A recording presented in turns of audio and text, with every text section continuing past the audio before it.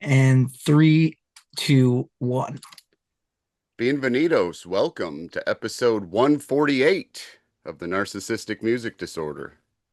And a good morning to you, Scott. Episode 140. Before we dive in, before we get started with this, are you listening to anything exciting and new? I ask all the time. Is there anything you're just hot on right now? I'm hot on the Pink Stones Oh, that's lately. right. That's right. That's your thing right now. Yeah, and a couple cha-cha records that you're probably not interested in hearing about, but No, of course. I'm a cha-cha records, probably not. But go if you got to get it off, you got to tell somebody who's gonna. it's Perez Parado.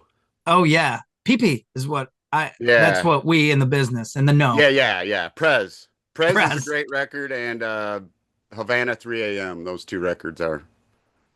Yeah, man, this is definitely your show. I mean, this is you created this and rightly so, because nobody on the planet is going to talk to you about those records except us here at the NMD podcast, dude.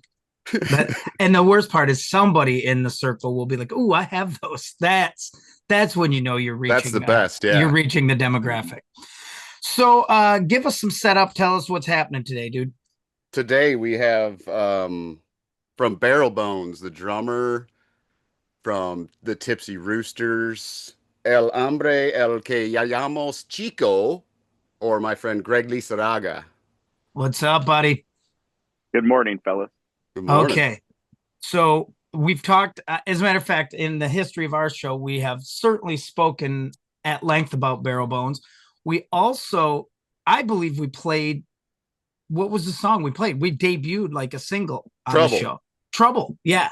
Oh, that's right. Yep. Okay. It was cool. Yeah. We So, appreciate the support. well, I'm sure you saw an uptick in sales that was probably Oh, allowed you to put a down payment on that second mansion of yours, Absolutely. spending that Barrel Bones money. So Scott, we're doing pick five, right? And yes. and for the uninitiated, tell us what the setup of that is. That is where we pick a favorite rock record, a pop or power pop record, a country record, a jazz, hip hop, R&B or blues record, and then our NMD record, which is, obscure or just something that's near and dear to you. And I want the record to show, because I was thinking about this today. The There's really R no rules on the NMD record. the R&B, rap, blues, jazz category. Yeah. I mean, I do want to make mention that that kind of category, it sounds like we're lumping a bunch of, but that's literally how it's filed, like at the record store. Do you know what I Yeah. mean? Like that was our section. We had that. At least I think. What did Bim call a kind of rap stuff? Wasn't Jazz, even, blues, it was hip jazz. hop. Yeah, it was kind of all It was all bunched. in one section. Yeah. Was your Believe in Music store when you worked there? Were you guys a heavy rock store or more of like an urban store It as was far a as heavy purchase? rock store. Yeah. We Yeah. were we Hair are. metal. Oh, really? Yeah. I Yeah. think so. Lots of classic rock, hair metal. So And because Yeah. then yeah, and then you had your metal. There was a metal guy, I can't remember his name, that was, the guy that hung out there, oh, cool. you know. Because There ours was ours wasn't like that. remember those customers that would hang out and talk to you? Yeah, it was awesome. I love those Yeah. customers. They're my favorite customers. Me He and was one Scott of those worked at the guys. same He store. bought like Slayer and White Zombie and Oh yeah, and would talk to you at length about it and why oh everything that yeah. wasn't Slayer or White Zombie sucked. Um, we were a heavily urban store on Apple Avenue. Yep. So we were like just slicing through box after box after box after box. I tell the story all the time of Please Hammer, Don't Hurt 'Em when that came Oh out, God, I MC Hammer's bet. record. Dudes, we were getting so box upon box upon. We weren't unboxing them. I've heard Yeah, the Eddie. singles, remember? Oh yeah, I've heard We just Eddie. keep them behind the counter because That's they were what we selling did. so We fast. That's what Eddie Trunk said that the Metallica Black album was like when he Yeah, worked at same Tower. thing. It was I like that. wasn't working there then, but Oh, dude, we had them in boxes behind the counter. Someone would walk in the front door and you'd literally stop them and they'd just turn and you'd give them Please Hammer or Vanilla Ice to the extreme or Two Live Crew as nasty as they want to be. Those were the biggies. Now Oh we yeah. were playing in the store, like me and my buddy were playing like Warrior Soul and Bang Tango and that kind of stuff. But it was we were definitely not selling as much Queensryche as we were Two Live Crew, that's for sure. Yeah. But it was a fun store. I worked with a guy his name was Steve, and his whole thing, like everybody had a thing then. His was Vanilla Ice, like he was a Vanilla Ice dude, and he wore around his neck like Flavor Flav, not a clock, no, a CD, a Two Live Crew CD. Where did he get it? It was a customer return. Did you? Did you guys have like a 5-disc changer in your store? Yes. Yeah, that's what we had. We still had a record player. There was like usually 3 of us working, and we'd all pick, 1 or 2 to throw in there. And I think like if I worked with my buddy Keith, it was all metal all the time. Anyone else, it might be, kind of I worked with a girl who was really into alternative stuff, and she was cool. A lot of we play AC/DC because that big AC/DC comeback album came out, Razor's Edge. Razor's Edge, yeah. So we played a lot of that. We played Warrior Soul. I remember that. Nobody liked it. Like customers would be like, take this off, and we'd just play it anyhow. But yeah, it was God, that was a fun time. That was fun. But anyhow, I digress. That's kind of how that R&B, rap, jazz, blues was kind of all put in together. Right. So, all right. Well, let's start with Greg. You start us off with your rock pick. What's your rock pick? That was a tough one, but I just went with the one that it's kind of my go-to record when I need an attitude adjustment or I want to get pumped up or I'm going in the studio to record some drums. Be Clutch, Blast Tyrant, which is this one right here. Yeah. God, what am I? I'm just a huge Clutch fan. For some reason, some folks it's not their cup of tea, but it's just the bluesy groove rock. I love the drummer. The songwriting's cool. Words are great. It's just I gotta check him out. It's just my favorite Clutch record, probably. It's a very well done record. Sonically, the songwriting, the mixing, everything. It's killer. So I gotta get into him because I've got another buddy. I got another buddy who's really into those guys. Chris Van Wyk is really into Clutch too. Yes. And they came through Grand Rapids or something, and he went and saw them. They come around here, Michigan, a lot, yeah. Well, they came through with Lucero opening for them at one point, and I would have liked to see that show. There. I love, yeah, that was pretty good. I love Lucero. Yeah. I've seen them every time they've come here for like the last probably 16 years. I've seen them about 16 or 17 times. I can't even remember, but I'm going to put them on the way. I got a drive coming today, so I'm going to put them on and check it out. Yeah, Scott, what's your record out? Say it again. What's the title? Blast Tyrant. Got it. What's your pick, Scott? Mine is from Chevelle. It's called La Gargola. Dude, that's your favorite rock band. Is that your favorite rock band? Favorite metal band, yeah. Current metal rock band. Yep. Yeah, my kid's just getting into them. The new one just came in the mail the other day, and I pre-ordered it on vinyl. It's killer. Nice. But they don't have a bad record, in my opinion, so... But La Gargola their big is single, really Scott? heavy. What's that, John? What was their big single? In the Red? No. Yeah, the Red. The Red, it was called. It was a single. Comfortable Liar is probably one of my favorite the Red songs. one's the one I heard.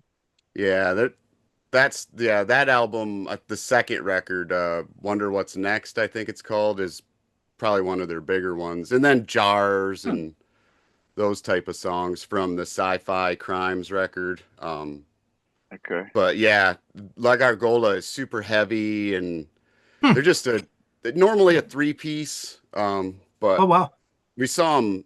Heather and I saw them last fall. They were phenomenal at GLC. Okay, cool. But yeah, check out La Gargola from. I just looked it up. Spanish I think I hear this in my house. Spanish for the gargoyle. I think Brandy plays this a lot. This band, I hear it coming out of the workout room and whatever in the car every once in a while. So I'm pretty sure now I'm looking at this. I've seen that on our playlist. I better listen to that, Scott. That's a good. Got a good cover. Yeah. All right. Well, my rock pick, and I'm glad I have you both here because I think you're both qualified to comment on this. It was not a huge record for this band. It was actually kind of dismissed, I think, but I really liked it. It's the Black Crowes War Paint. Yes. Yeah. Do you know that album? Yep. It's kind of cool. It started with Goodbye Daughters of the Revolution, which they were opening shows with for a while, and it was really cool. I think Luther Dickinson was on guitar. Yeah. I think, was that his first? No, that wasn't his first one. He might have been on those before I get them confused on where Before the Frost, After the Yeah. Freeze came and all that. This record just had, and it also had like a song called Locust Street with mandolins on it. So they were starting to be, they were rocking, like they sounded like the band a little bit, you know, and they had that, but they were starting to drift away from Chris Robinson, had them kind of like a Grateful Dead band for a Yeah. while. Like, remember when Chris Robinson got super into the Grateful Dead and the Yeah, Black like Crowes were, Lions kind of they, era. yeah, yep. And they were kind of becoming more of a jam band. This kind of tightened. Plus, this is, I do have to credit the Black Crowes for turning me on to Luther Dickinson and the North Mississippi All Stars. And Yes. that was, and every time the Black Crowes would get a guitar player, I would have my own picks. Like, I liked when Audley Freed joined the band because I'm an Audley Freed fan. 100%. Knew him I from mean, Cry of Mark Love. Ford. Yeah. yeah, Mark. I mean, Mark for Mark me, Ford was, he's my guy. Mark Ford would be Yep. in my, you know, if you gave me that Steve Gorman on drums and that classic Southern Harmony lineup, that's what I would like. Mark When Ford. was the last classic Southern Harmony lineup record, John? I think they did Amorica maybe, Was Amorica because it? by the time they got to By Your I think that Side, sounds right. or I By yeah, Your so- Side was Audley Freed, I think. and so I think so was Three Snakes and a Charm. If it Oh. was anyone, it might have been Rich all by himself, but I don't think Mark Right. Ford was there. I don't think Mark I was there like yet. Three Snakes and One Charm a lot. I do too. I like all those. I even like the Jammy Crows albums and stuff, but this one just went back to form a little bit, and that was cool. And the drumming is, as a fan of drums, the drumming on War Paint is really cool. Really cool if you pay attention to it. I'll have to pull that out again. So I'll have to bring up the Black Crowes, Chris Robinson later, because that was also somewhere in my my odd pick, the MND pick. Oh, really? Okay. Yeah, Okay. but I went with something else. But real quick, you're on talk about Mark Ford as one of your favorite guitar players. Do you remember a band called Burning Tree? They were a trio with him. Yeah, it was a Sunset Strip band. They were out on the strip, they were a little different than those bands, but they were that era. Yeah. That goes back to Believe in Music, because that's where I ended up getting like a free demo copy of that. Oh, killer. That totally turned me on to that. I worked at the same store as Scott did, but oh, killer. Yeah. Great band. A promo copy, if you will. Short-lived. Man, those are great. Yeah. You know who else played in that Burning Tree band was the bass player, and I can't think of his real name. They call him Muddy, but he played in LA Guns. He played with Mark Ford's solo band, and killer stuff. Killer. Cool. Nice. What's your pop pick, Greg? War Paint. I got to write that down. Yeah, write that down. To re-listen to it. Yeah, definitely. My power pop. Okay, this goes way back, but I'm not really much of a He's too heavy. I guess. He's too heavy, Scott. He's too heavy for this. No, this is. You're going to be surprised with this one. It's by Jellyfish. Oh, nice. Belly Button. Everybody knows that. Yeah.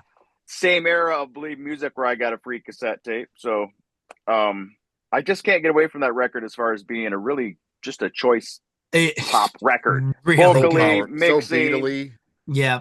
Yeah. Beautiful. I mean, there was some other ones I was kind of thinking of, but I went back and listened to that this morning actually, and just like, it's always been one of my go-to albums. Dude, Jellyfish were kind of one of those bands as far as like power pop bands go. They're kind of an example band, right? Like people are trying to capture that vibe that Jellyfish had. Did Belly Button have the Baby's Back on it? The single? Baby's coming back. Yeah. I believe so. Yeah. What a good pick. What do you got for pop, Scott? Pop Scott. I have the Fruit Bats. I've heard of that band. I've heard of that band. The record is called Gold Past Life. It is Elton John meets 60s Bee Gees. Wow. Interesting. I just saw them live like a week and a half ago at Bell's. They were phenomenal. They did a bunch of stuff off this record. They did some stuff off his latest one. And it's kind of like the Fruit Bats are kind of like a Delamitri sort of thing, where it's just like one main guy. And then I think he's had the same band for a while. That's at least the guitar player, but really solid band. And it's kind of jammy style stuff. But this record for him, Gold Past Life, is, like I said, Elton John meets 60s Bee Gees. God, that's everything I like right there. I can groove on that for Okay. sure. It's super catchy and cool. It's a really fun record. Nice. Especially the title track, Gold Past Life. That's Bee Gees all the way. You'll Okay. never find me complaining about that. Let's see. My pop pick is a huge album. Huge. It's sometimes when we're talking about this era of music, it's sometimes forgotten because it came out in what I call the time of the super album, which I put like Thriller, right? Super album Yeah. came out, and it's the Police's Synchronicity. Oh man. My Great pick. first purchase on vinyl. Yep. And the thing about that album is, like, prior to Synchronicity, I mean, the Police had, stuff like Ghost in the Machine, those bigger albums. They were still a big band, but they weren't Synchronicity level until Synchronicity came out, because there were still, Yeah. like, especially as a metal dude, and I love the Police. Everybody kind of liked the Police, but they were almost, they weren't a ska band back then, but they were punkier and a little fringier. Like my dudes who were into Billy Squire and Hagar and stuff, they didn't talk about the Police a lot. And then Synchronicity came out and everybody had it. It was like Thriller. I mean, hardcore metal dudes had Thriller. Yeah. You had to.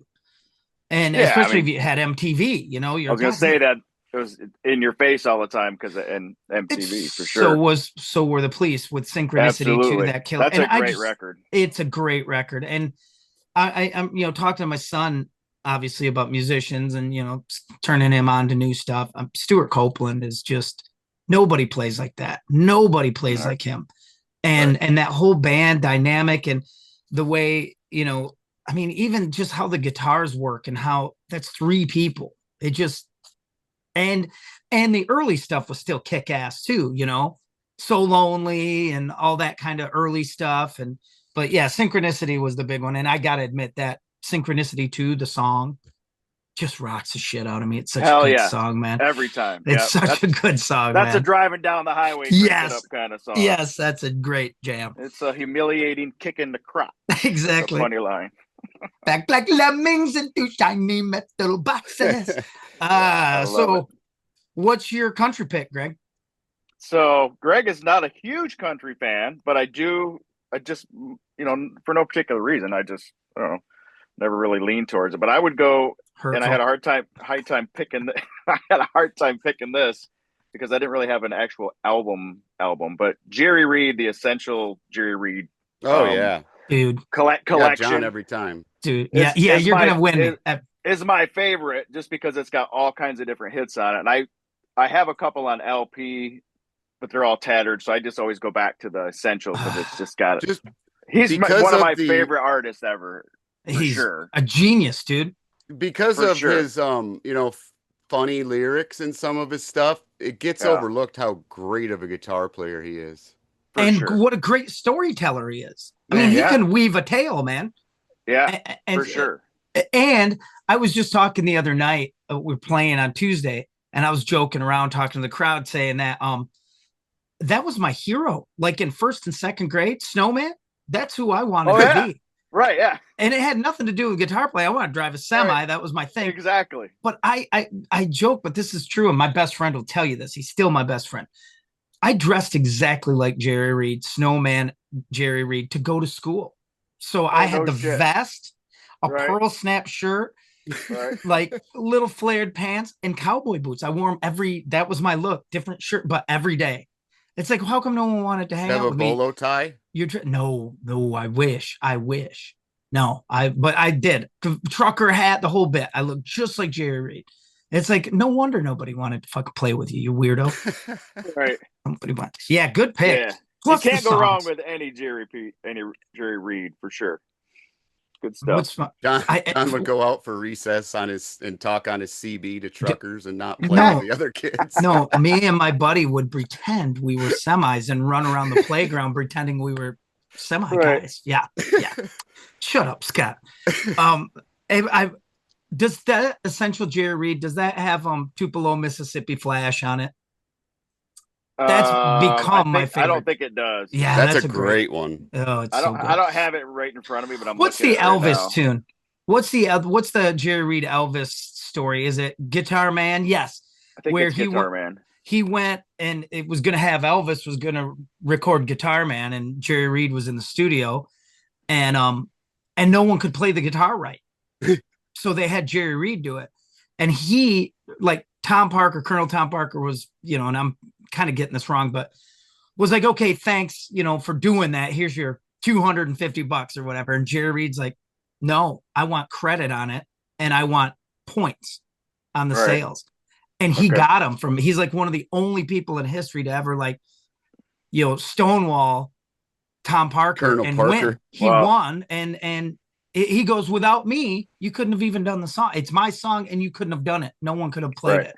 And so he got points on that. He's the only kind of guy in history to kind of win get one with past past Colonel Tom Parker. Yeah, rightly so. The guy who came up with the I Hate Elvis pins himself. What was the band? So AJ Dunning, John Cochans, forget who played drums right now. I think maybe Ryan Goldner played bass for a while. They had a couple bands. One was called J Diesel. One was called JD and the Barons. Do you guys remember these bands?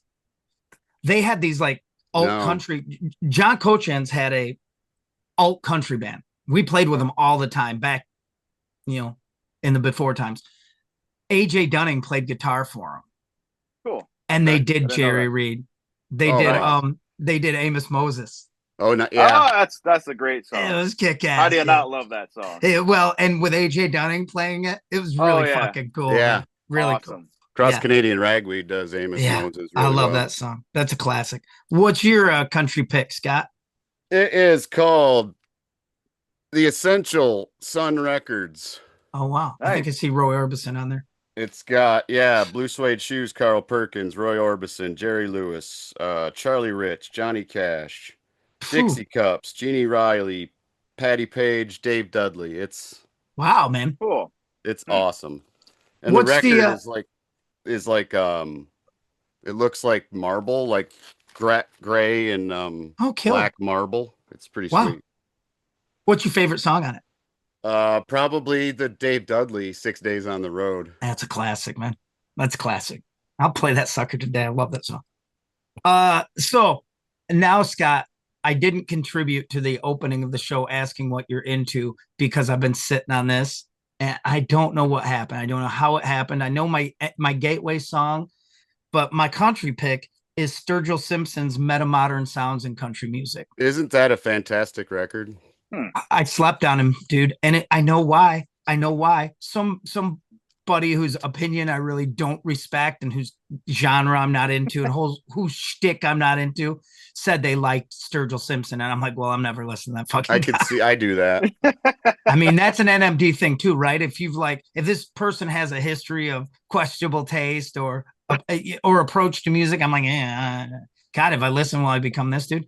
Yeah. Well, anyhow, I got like 2 weeks ago, I watched like one of these rig rundowns where they go through Sturgill Simpson's gear, nerd stuff.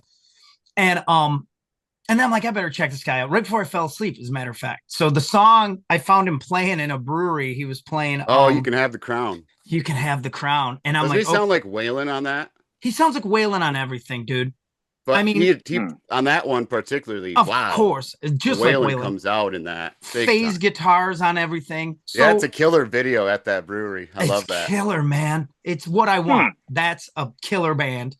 And then I'm like, okay, so right, that what the hell rhymes with Bronco? Exactly, and I drive a Bronco. Yeah, so now I'm on Sturgill Simpson, man. The whole bit. I'm in. I get that it sounds just like Waylon. A lot of the floor kick drum parts. First three are awesome. I don't know if the third one, I can't remember if it's the one with the Nirvana cover, but that's really good too. Yeah, In Bloom, right? Yes, it's really good. That cover is really good. Yes, I agree. Yeah. So anyhow, Sturgill Simpson. Now I like Sturgill Simpson. I don't know what's next. Welcome aboard. Yeah, it's been a long time coming. You'll have to check out his old band Sunday Valley. Oh, I will. I just wrote that down. Folded Flag is a great song. He's a cool writer. I mean, the songs do sound like everything I've heard does. I mean, you can hear Waylon in it a lot, Oh yeah. but the guitar playing's kick ass. He's got a phenomenal voice. I love, like, and plus he's psychedelic at times. I And think like Shooter produced some of the early stuff. that song Turtles All the Way Maybe Down. Dave Cobb. Yeah, I Too. think Dave Cobb was involved for sure. But that Turtles All the Way Down tune is Oh man, that's a jam too. So all right. great stuff. Greg, what's your R&B, rap, blues, jazz pick? I got a killer.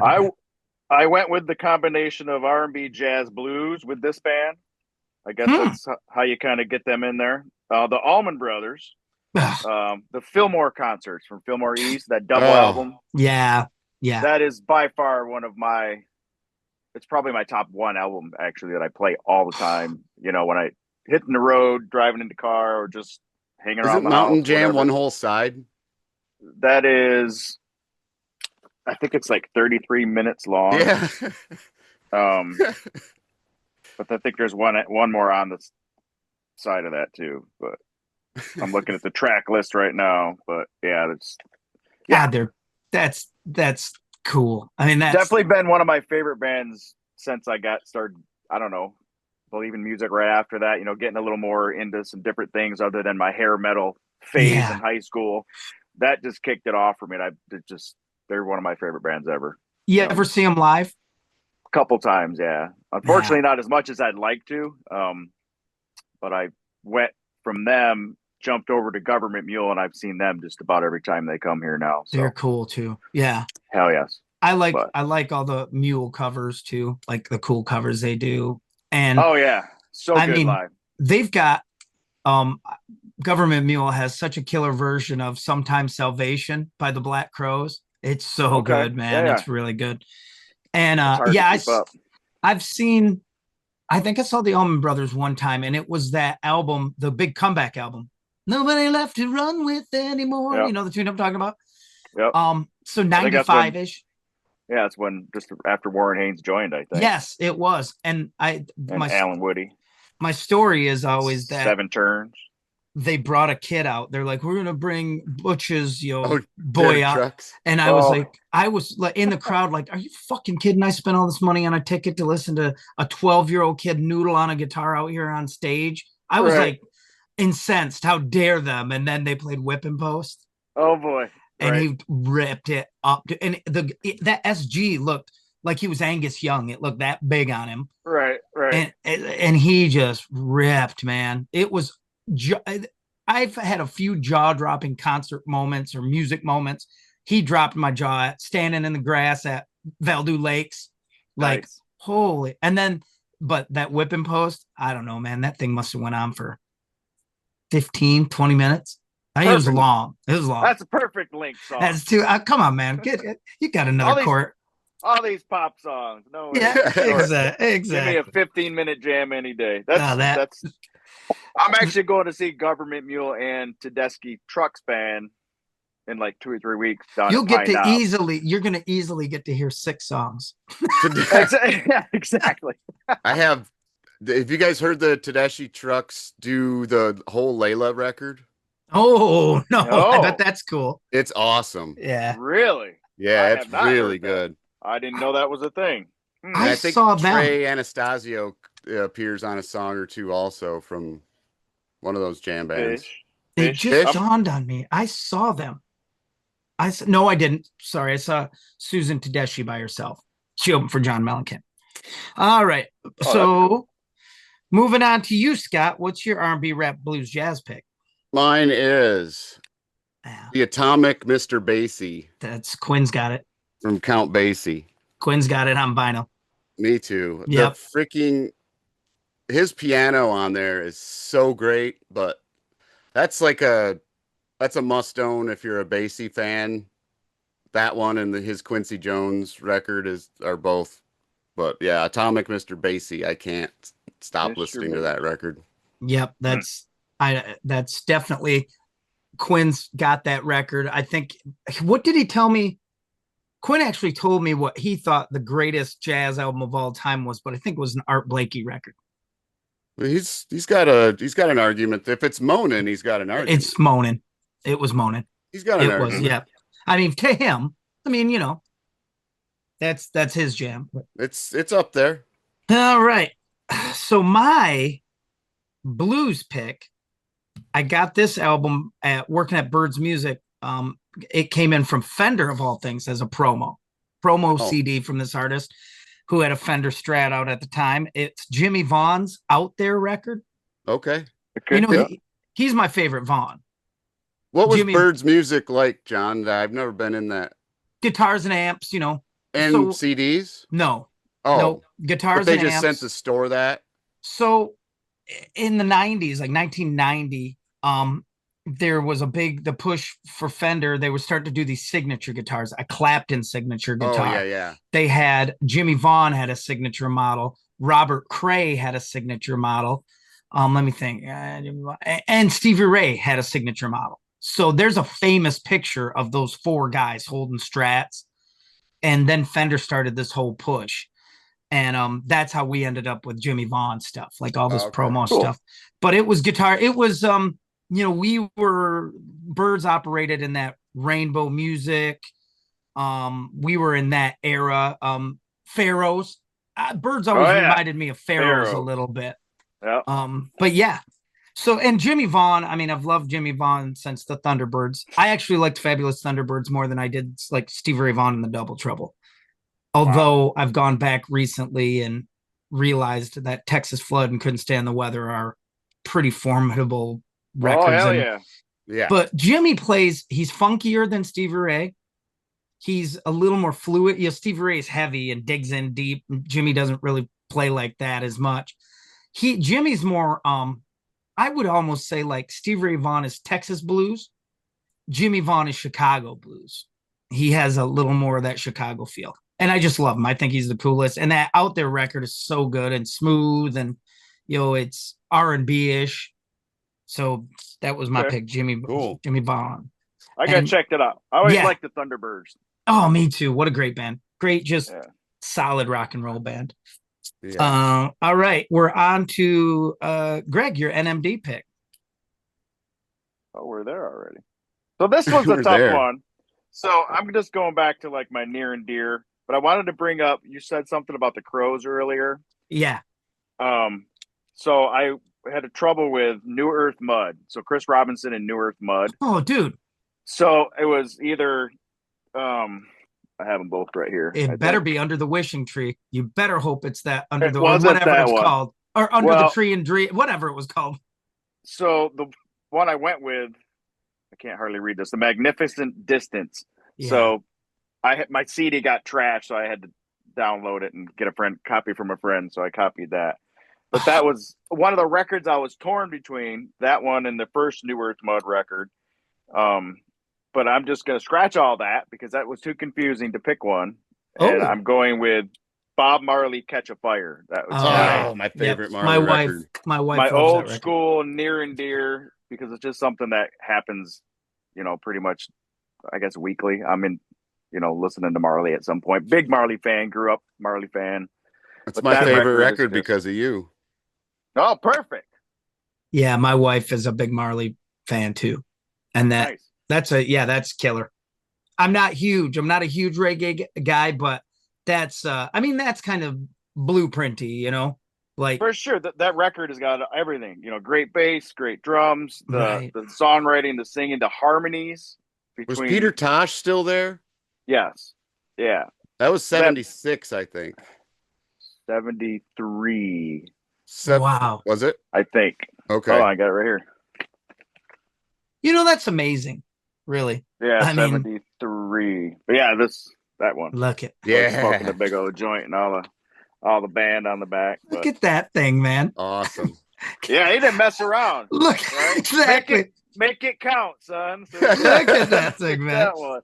I'm just gonna step out and secretly smoke this thing of but that record just sizzles, wrapping man. paper. Yeah.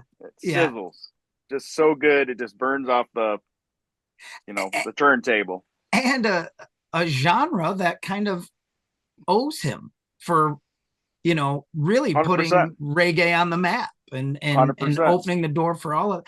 And it's funny, like, not without I think without Marley, a band like Sublime wouldn't have even stood a chance, Sure. because we just weren't that familiar with that style of music and that reggae influence. You hear it in the Stones, of course. The Stones were friends with him, Yeah, back to your Police. Even back and yeah, then, when yes, the Marley ish stuff started going over to the UK, yeah, I'm sure they influenced those guys. I mean, they're all around the and same time, but what a little was bit. I was the Stones, of course, have all the reggae stuff. The Police, the Clash, the Yep. Clash were Oh big yeah, reggae yep. guys. Yeah, that's cool. That's a good pick. Yeah. What about you, Scott? What's your NMD pick? Mine is called The Poet Game from Greg Brown. You texted me this week about Greg Brown. Yeah, I've been hot on Greg Brown lately. A bunch of his stuff, but he's been around since probably the 80s, I I know think. the name. I know the name for sure. He's married to Iris Dement. That's why. That's They've why. been What is married since the early 2000s. what's his main instrument? Piano or guitar or just a singer? Guitar. Guitar singer Okay. songwriter. Yeah, he sounds like Leonard Cohen, Tom Waits. The older he gets, the deeper his voice gets. And Okay. I have a live record of his where he jokes about sounding Tom Waitsy. It's funny, Nice. but Huh. just a great songwriter. I learned about him in like the 90s, and then from my friend Drew Nelson. Oh yeah. He turned me on to Greg Brown. He even has a song. Drew has a song called Lovely Day, where he has a lyric that he says, Greg Brown songs on my radio. Oh nice. So, Hmm. Yeah, he's a great Good to know. songwriter too. Well, this is a special NMD pick for me because I tried as hard as I could to, and I still do, to turn people on to this band. And I actually served a role in bringing them to town, to Grand Rapids, so they could perform.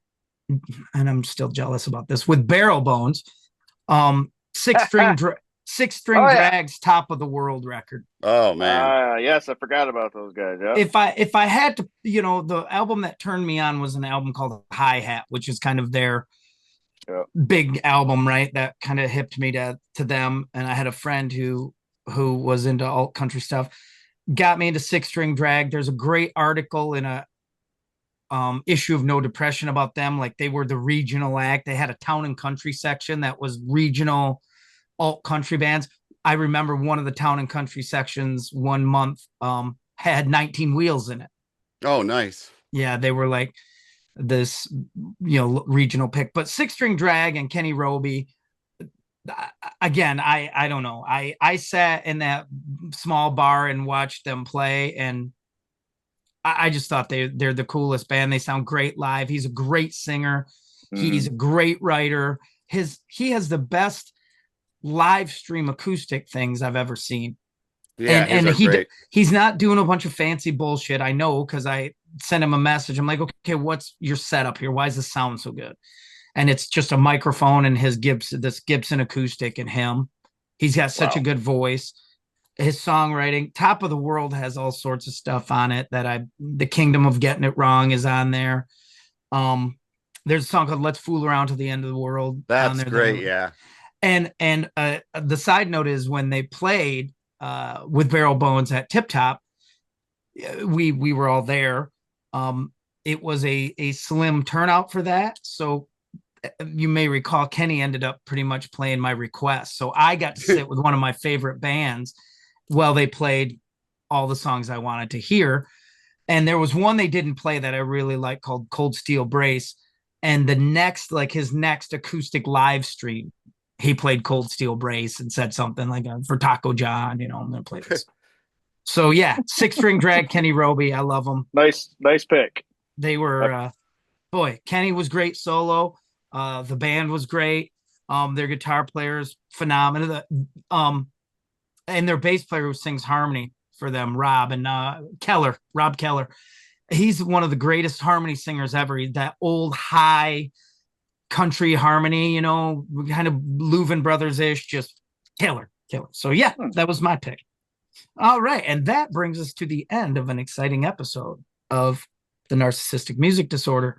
I don't know, you guys, I wrote down a couple things. This Fruit Bats thing, Scott, you've been on a, You'll love there's it, got to man. be something there.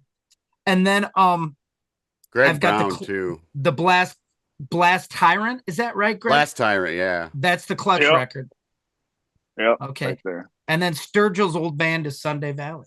Sunday Valley, yeah. The song was Folded Oh. Flag. That song's awesome. Cool. I'll check it out. I'll check it out for sure. Greg, thank you for doing this, dude. Thank you for Thanks for having coming. me. Thanks for. It's always fun. Has Barrel Bones got anything coming up Yeah. besides you guys are working in the studio now? finishing up a record. I think our next show is actually going to be an acoustic show at the Stray in February, which is in Grand Rapids. Nice. Great spot.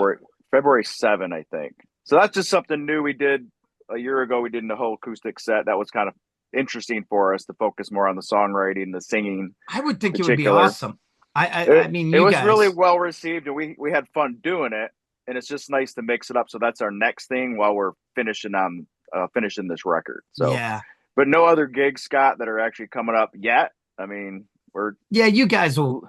We're looking around a little bit. I mean, it's a little tough sometimes to find folks that want to play with us, or actually venues that like original rock bands. We don't really play covers, so it's a little tough for us to get work. So, well, we'll get you back up here for sure. Sure, I'll get you guys back up here for sure. What did I get you? Was it you guys, and who came with you? Oh, I did one with Tiny Tree. You guys and Tiny Tree. That was up here at Sandbar. Oh yep. They were loud as hell. Yes, they were loud as hell. Are super. They loud. always are, though. Yeah, great band. I wonder what did you guys only play Sandbar once? I think so. Yeah. No, twice. No, because I sat in with you guys on Rebel Threat. Did Rebel Threat. Yeah. Yeah. But I don't think that was with them, was it? No, that was someone else. No, that was that night.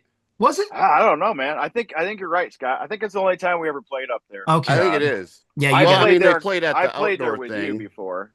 Yeah. Yeah, we only played at the Sandbar that one time. Yeah, we got to get you guys back up at Sandbar. Oh, Ludrock. Yeah, we played at Ludrock. That's right. Yep. What we should do, John, is the forever talked about live show, and then have Barrel Bones play at the Sandbar. That's always the band we talk about. There you go. It's always the band we talk about. We could do Songs from the Backseat, our compilation album, live. Which is going to be awesome. We're going to make that a Spotify playlist. Songs from the Backseat will be a Spotify playlist. It's hair metal about, it'll be trending, I'm sure. Hell yes, it will be. Big time. If you're 17 and want to touch a boob, yeah, it'll be trending. You got any parting words for us, Scott? You got your pride and your pros tucked just like a Tommy gun somewhere in the smoke, just in case you need it. Thanks, everybody. Thanks again, Craig. Thanks, See Greg. you, buddy. See you, brothers. Love you. See you guys. Love you too, bro.